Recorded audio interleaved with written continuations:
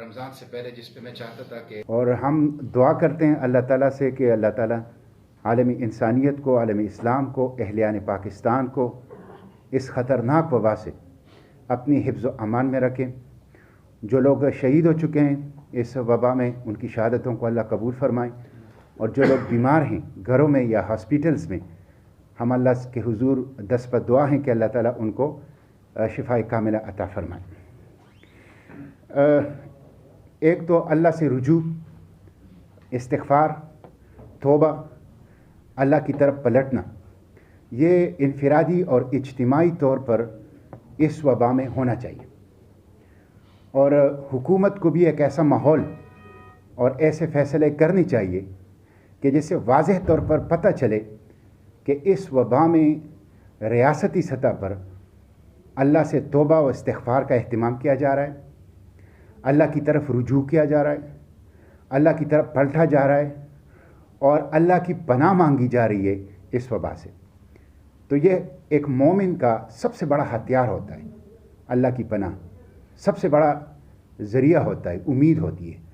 तो मैं हुकूमत से भी अपील करता हूँ कि वो सूद का ख़ात्मा, फहाशी व उरियानी का ख़ात्मा, और रिश्वत और करप्शन का ख़ात्मा, और दस्तूरी पाकिस्तान के मुताबिक मुल्क की इस्लामाइजेशन, ये वो अक़दाम होंगे जो हुकूमत की सतह पर, रियासत की सतह पर रुजू इल्लाह, अल्लाह की तरफ पलटने की जो सोच और फ़िक्र है उसको वाज़ेह करेगी।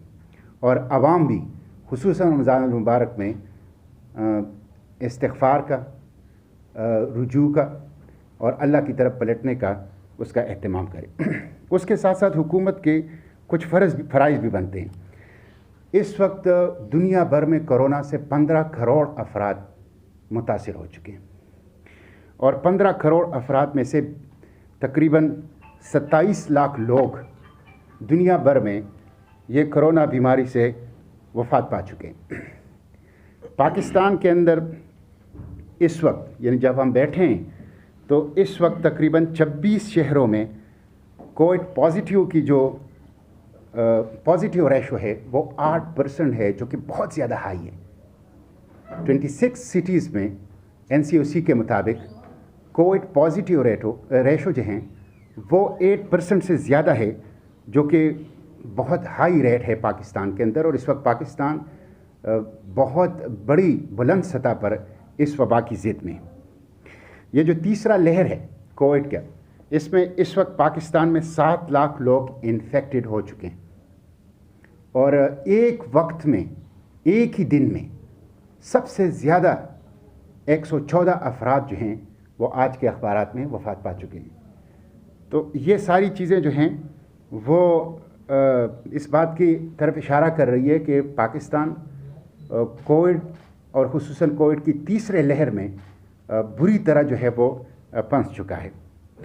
हुकूमत इस हवाले से जो अपनी रिस्पॉन्सिबिलिटीज़ हैं वो प्रॉपर तरीके से पूरा नहीं कर रही।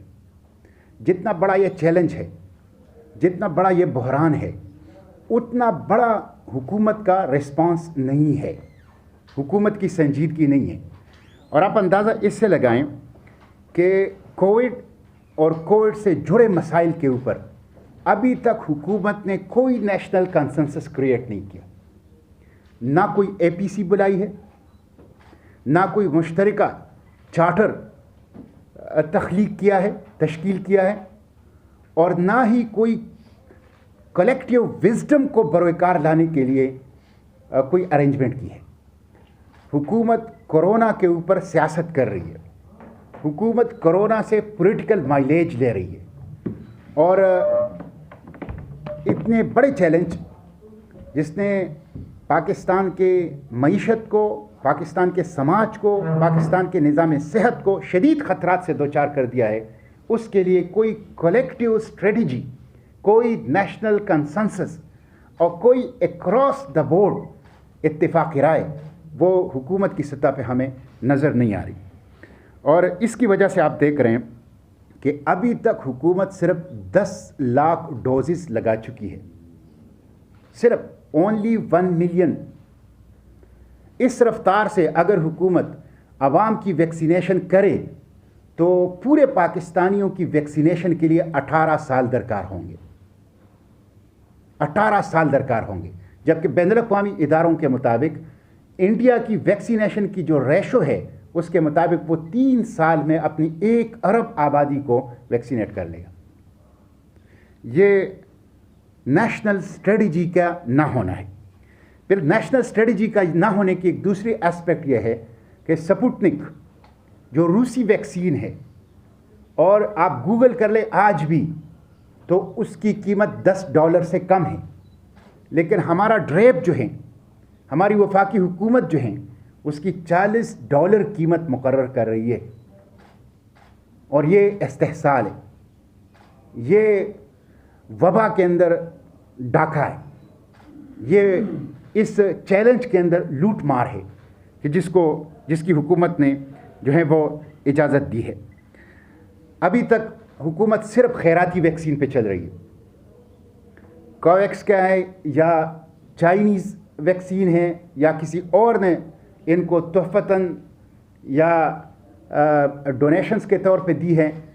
अभी तक हुकूमत अपने आवाम के लिए अपने खर्च से कोई वैक्सीन वो नहीं लगा सकी है।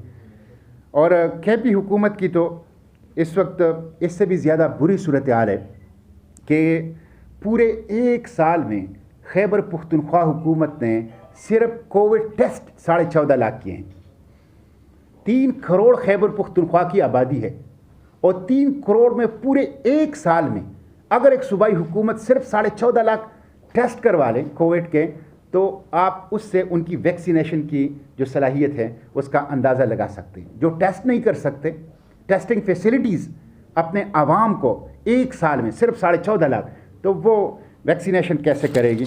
तो मैं हुकूमत से मुतालबा करता हूँ कि वो गैर संजीदा रवैया तर्क करें। पाकिस्तान की मईशत, पाकिस्तान का निज़ाम सेहत, आवाम की ज़िंदगियाँ वो स्टेक पर हैं, और हुकूमत की गैर संजीदगा रवैये की वजह से इस चैलेंज में, इस बहरान में मज़ीद शिद्दत जो है वो पैदा होती जा रही है। तो ये तो कोविड का है।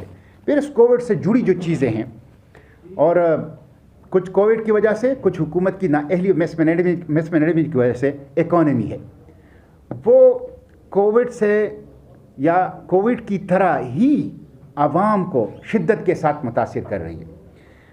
इकॉनमी इस वक्त बदतरीन सूरत हाल में है, और पाकिस्तान एक बड़े मालियाती बहरान की तरफ जा रहा है, एक बहुत बड़े मालियाती बहरान की तरफ जा रहा है।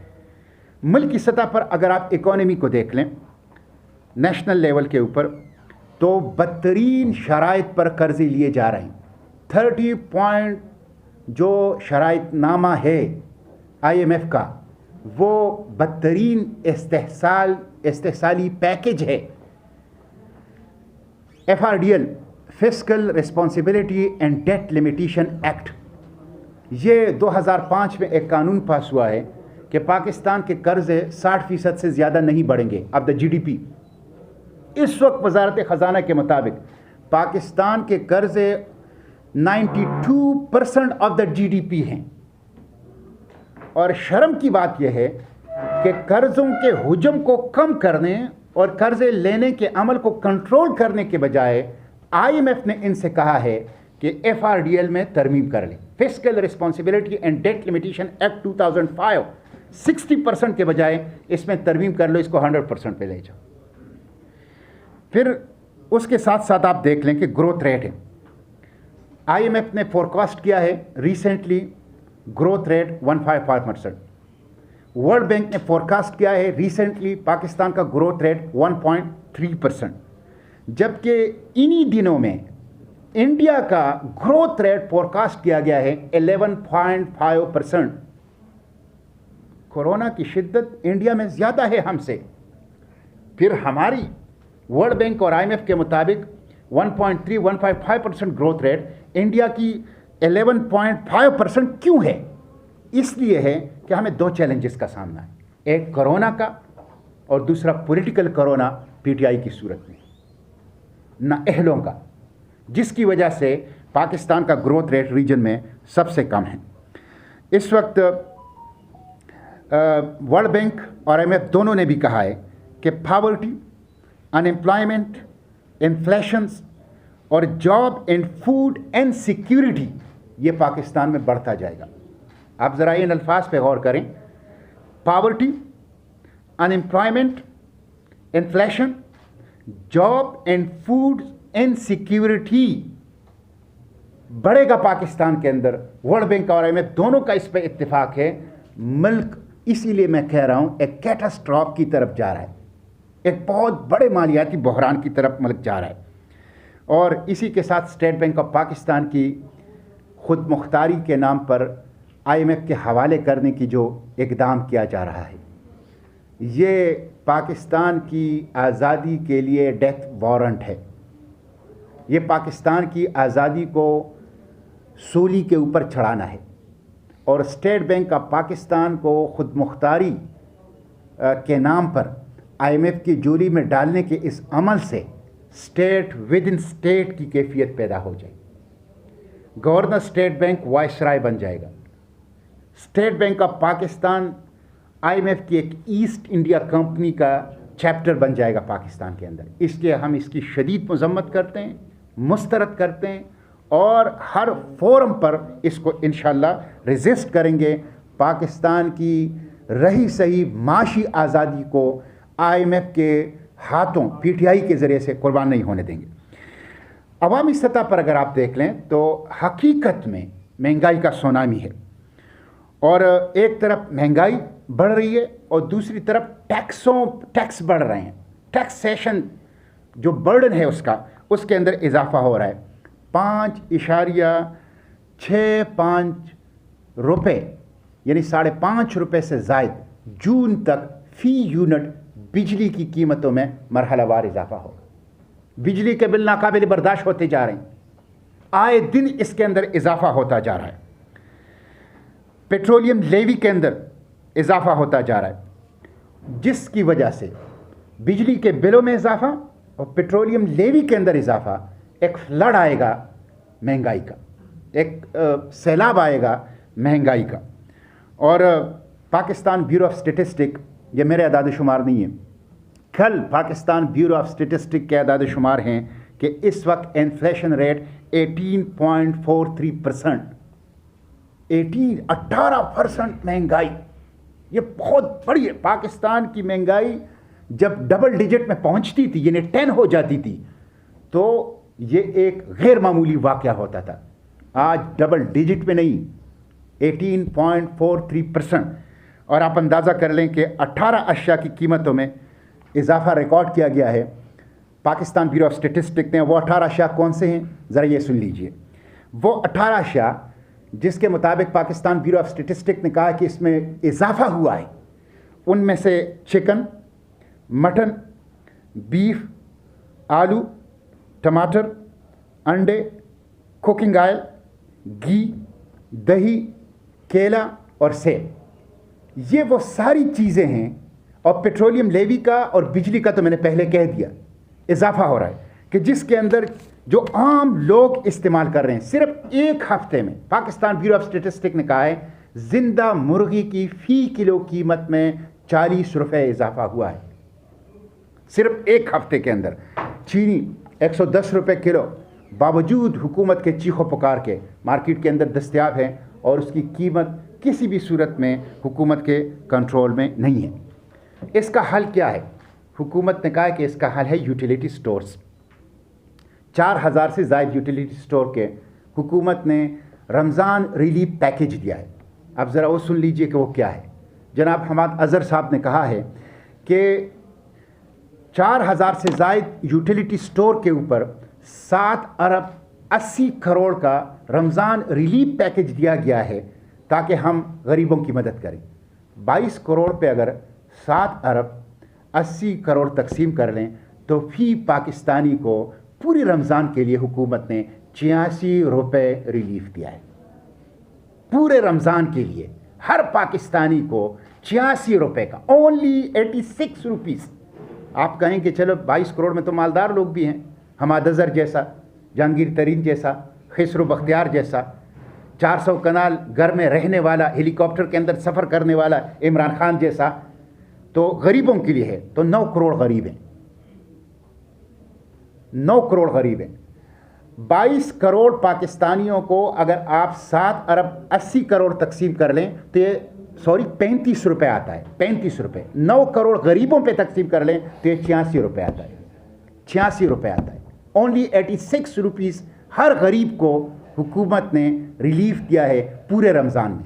9 करोड़ लोग जो पावर्टी लाइन से नीचे ज़िंदगी गुजारते हैं, जिसको कहते हैं ना कि शदीद गरीब, बहुत ज़्यादा गरीब, खत गुर्बत से नीचे ज़िंदगी गुजारने वाले, उन 9 करोड़ को हुकूमत ने पूरे रमज़ान के महीने के लिए 86 रुपये फ़ी गरीब जो हैं फ़ी महीना रमज़ान वो पैकेज दिया है।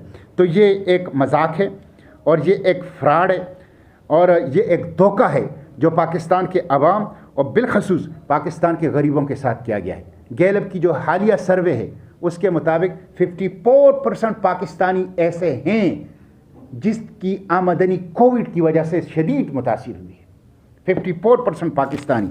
तो इसलिए हुकूमत के पास इस चैलेंज का कोई जवाब नहीं है।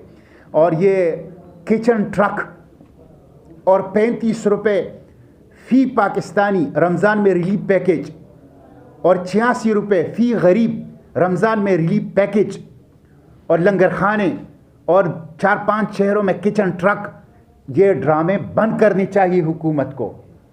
ये फ्रॉड है, ये धोखा है और इससे पाकिस्तान में गुर्बत ख़त्म नहीं होगी, इससे पाकिस्तान के अवाम के दुख दर्द और तकलीफ़ ख़त्म नहीं होंगे।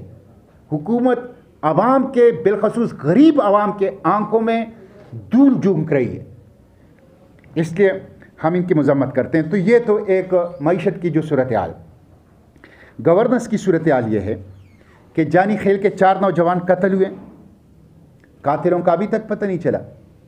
हालांकि सबको पता है कि कातिल कौन है, लेकिन कातिलों को खिलाफ FIR दर्ज करना और कातिलों के ऊपर हाथ डालना ये हुकूमत नहीं कर सकी है। शांगला के 16 मजदूरों की लाशें 10 साल बाद मिली है। ये कैसी रियासत है? 10-10 लाख रुपए, जानी खेल में कत्ल हुआ 10 लाख रुपए दो, शांगला के 16 मजदूर मिले 10 लाख रुपए दो। खैबर पुख्तनख्वा में लेडी रीडिंग अस्पताल जो सबसे बड़ा अस्पताल है, उसमें 8 मरीज ऑक्सीजन के ना होने की वजह से जान से हाथ धो बैठे। अस्पताल कत्लगाहें बन चुकी है। खैबर पुख्तनख्वा की मिट्टी मकतल बन चुका है। जानी खेल के लोग कत्ल हुए, नौजवान कत्ल हुए, 16 मजदूरों की लाशें मिली। मैं सुप्रीम कोर्ट ऑफ पाकिस्तान से अपील करता हूं कि वो जो 8 मरीज़ जाबहक हुए हैं, जो 16 मजदूरों की लाशें मिली हैं और जो 4 जानी खेल के नौजवान हैं, इस पे 100 मोटो लेकर जुडिशल इंक्वायरी कराई जाए। जुडिशल इंक्वायरी, लोग मिसिंग हो जाते हैं, लोग गायब हो जाते हैं। खैबर पुख्तनख्वा के हर ज़िले में मिसिंग पर्सन है, हर ज़िले में मिसिंग पर्सन है। और फिर कुछ अरसे के बाद उनकी लाशें मिल जाती है, नदी नालों के अंदर लाशें मिल जाती हैं, कब्रिस्तान के अंदर, दश्त बयाबान के अंदर उनकी लाशें मिल जाती है। ये जुल्म है, ये हुकूमती दहशतगर्दी है, ये रियासत की नाकामी है। इसलिए इसकी सुप्रीम कोर्ट के लेवल पर मैं जुडिशल इंक्वायरी का मुतालबा करता हूँ। इसी तरह मिसिंग पर्सनस हैं, मिसिंग पर्सनस के लिए जमात ने हमेशा आवाज़ उठाई है और आज मैं आपके इस मजलिस में इस बात का ऐलान करता हूं कि हमने अपने सूबाई दफ्तर में मिसिंग पर्सनस के लिए एक डेस्क तश्कील दिया है। जितने भी खैबर पुख्तनख्वा में, अर्स्ट्राइल फाटा में मिसिंग पर्सनस हैं वो हमसे रुजू करें, उनके रिश्तेदार। हम उनकी जंग लड़ेंगे अदालतों के अंदर, मीडिया के अंदर, पार्लियामेंट के फ्लोर पर। तो हम एक मिसिंग पर्सनस के लिए अपने सूबाई हेड क्वार्टर में एक डेस्क का हमने तश्कील दे दिया है और हम तमाम मिसिंग पर्सनस के जो रिश्तेदार हैं, अहलो अयाल हैं, उनसे कहते हैं कि वो हमें अपने डाटा फराहम करें और हम इंशाअल्लाह उनका केस, इन मजलूमों का केस इंशाअल्लाह लड़ेंगे हर फोरम के ऊपर। खैबर पुख्तनख्वा के हॉस्पिटल्स और हेल्थ सिस्टम, नौशिरवान बरकी जो कि वज़ीर आज़म का रिश्तेदार है, बदतरीन नेपोटिज़म है, ये बदतरीन अक़रबा परवरी है, ये उनके लिए तबाह कर दिया गया। KTH में ऑक्सीजन ना होने से मरीज़ इंतकाल कर गए, फिर LRH में मरीज़ ना होने से इंतकाल कर गए और हेल्थ सिस्टम को तबाह कर दिया है। उसमें बदतरीन अकरबा परवरियाँ हो रही है और खैबर पुख्तनख्वा के बड़े हॉस्पिटल HMC, KTH, LRH जो पूरे सूबे का बोझ उठाता था, इस वक्त एक बदतरीन बद इंतज़ामी का और मिसमैनेजमेंट का वो नमूना पेश कर रही है। तो हम इसकी मज़म्मत करते हैं। मैं आखिर में जो PMC है, पाकिस्तान मेडिकल कमीशन, उनके सामने जो अर्स्टवाइल फाटा और बलूचिस्तान के तलबा ने एहतजाज और धरना और हड़ताल शुरू की है, तकरीबन 3 हफ्ते हो गए हैं। उनके सीट्स थे, अर्स्टवाइल फाटा के सीट और बलूचिस्तान के सीट, जिसको PMC ने ख़त्म कर दिया है। PMC एक बदमाश इदारे की शक्ल इख्तियार करता जा रहा है। चेयरमैन सेनेट की मेरे पॉइंट ऑफ ऑर्डर के ऊपर रूलिंग है कि इसको बहाल कर दिया जाए। Senate of Pakistan house of the federation है, चेयरमैन सेनेट की रूलिंग है, उसकी कानूनी हैसियत है। उसके बावजूद PMC अर्स्टवाइल फाटा और बलूचिस्तान के तलबा की जो सीट्स हैं उनको अभी तक बहाल नहीं किया है। ये जुल्म है और ये हुकूमत, वफाकी हुकूमत की नाअहली और नाकामी है। उन्होंने हंगर स्ट्राइक शुरू कर दिया है। मैं हुकूमत को मुतनब्बे करता हूँ, मुतालबा करता हूँ, इन बच्चों के जो फाटा, अर्स्टवाइल फाटा और बलूचिस्तान से गए हैं, इस्लामाबाद में PMC के सामने धरना दिए बैठे हैं, फौरी तौर पर उनका मुतालबा तस्लीम कर लिया जाए। अगर इनको कुछ भी हुआ हंगर स्ट्राइक या धरने के दौरान, इसकी बराह रास्त जिम्मेदारी वज़ीर आज़म और वफाकी हुकूमत के ऊपर होगी। इसलिए उन बच्चों की ज़िंदगियों से ना खेला जाए, उनको तालीम से महरूम ना किया जाए। बलूचिस्तान ऑलरेडी बहुत ज़्यादा पसमानदा है, अर्स्टवाइल फाटा पहले ही से बहुत ज़्यादा गरीब और पसमानदा है। उनके बच्चों को जो उनकी सीटें हैं उनको ख़त्म कर दी हैं, उनको बहाल कर दिया जाए। बहुत शुक्रिया। इस वक्त PDM की तकसीम हो गई है, जमात इस्लामी के पास क्या ऑप्शन रह गए हैं? कोई नहमत तय कर रहे हैं कि महंगाई भी अरूज पर है, लोगों की ज़िंदगी भी अजीरन बन गई है, जमात इस्लामी के पास क्या ऑप्शन? जमात इस्लामी ये समझती है कि सिर्फ हफीज़ शेख खिलाड़ी की तब्दीली से मसला हल नहीं होगा। खिलाड़ियों समेत, कप्तान समेत तमाम खिलाड़ियों को फारिग करना चाहिए। पाकिस्तान के मसले का हल ये है कि कोई खिलाड़ी के तब्दील होने से मसला हल नहीं होगा। कप्तान समेत इस पूरी टीम को, जो अपनी नाअहली, अपनी नालायकी, अपनी मिसमैनेजमेंट वो साबित कर चुकी है गुज़िश्ता 3 साल में, और एक लाइबिलिटी बन चुकी है, एक बोझ बन चुका है पाकिस्तान के ऊपर, इससे पाकिस्तान को निजात दिलाई जाए, ये जमात इस्लामी की सोच है। हम पहले ही एक अवामी राब्ता मुहिम शुरू कर चुके हैं। कोविड की इस ताकतवर तीसरी लहर की वजह से हमने पोस्टपोन कर ली अपनी एक्टिविटीज़। अब रमज़ान आ गया, ईद के बाद हम ताकतवर अंदाज से वो अवामी राब्ता मुहिम दोबारा शुरू करेंगे और उसका ख़त्मी मकसद और लॉजिकल एंड इस मौजूदा अवाम दुश्मन हुकूमत से निजात होगा। सर, हुकूमत इमरान खान का खात्मा कौन करेगा? एस्टेब्लिशमेंट करेगा या फिर सियासी या PDM करेगा? कौन, क्या कहते हैं आप? अगर आपकी तहरीक शुरू होती है शिद्दत से, वो भी खात्मा नहीं कर सकती, तो फिर देखें एस्टेब्लिशमेंट का तो ये तोहफ़ा है पाकिस्तानी आवाम के लिए, और ये सिलेक्टेड है, ये इम्पोज्ड है, इनके पास कोई जिनबन मैंडेट नहीं है। ये एस्टेब्लिशमेंट ने पाकिस्तानी आवाम के ऊपर मुसल्लत कर दिया है, इसलिए हमें किसी एस्टेब्लिशमेंट से तवक्को नहीं है। हम बराह रास्त आवाम को मुखातिब करते हैं, हम बराह रास्त आवाम के पास जाएंगे, और ये जो पाकिस्तान के अंदर एक तबकाती तकसीम बढ़ रहा है, गुर्बत, बेरोज़गारी, फूड और जॉब्स की इनसिक्योरिटी की वजह से जो एक अनरेस्ट है, एक इस्तिराब है, ये एक लावा, ये जो पक रहा है, ये वोल्केनो जब पटेगा या तशफशां जब पटेगा तो इसमें इस तरह के अवाम दुश्मन हुकूमत और हुक्मरान बह जाएंगे। तो हम आवाम को मुनज़्ज़म कर रहे हैं, आवाम को एजुकेट कर रहे हैं, आवाम की ताकत से हम इस आवाम दुश्मन हुकूमत से निजात दिलाएंगे। मतलब है आवाम निकलेंगे तो उसके बाद जी जी बिल्कुल, ये आतिशफिजा पटेगी तो उसके बाद ही जी जी हुकूमत अपने साथ कोई लीड करे इसको। ठीक।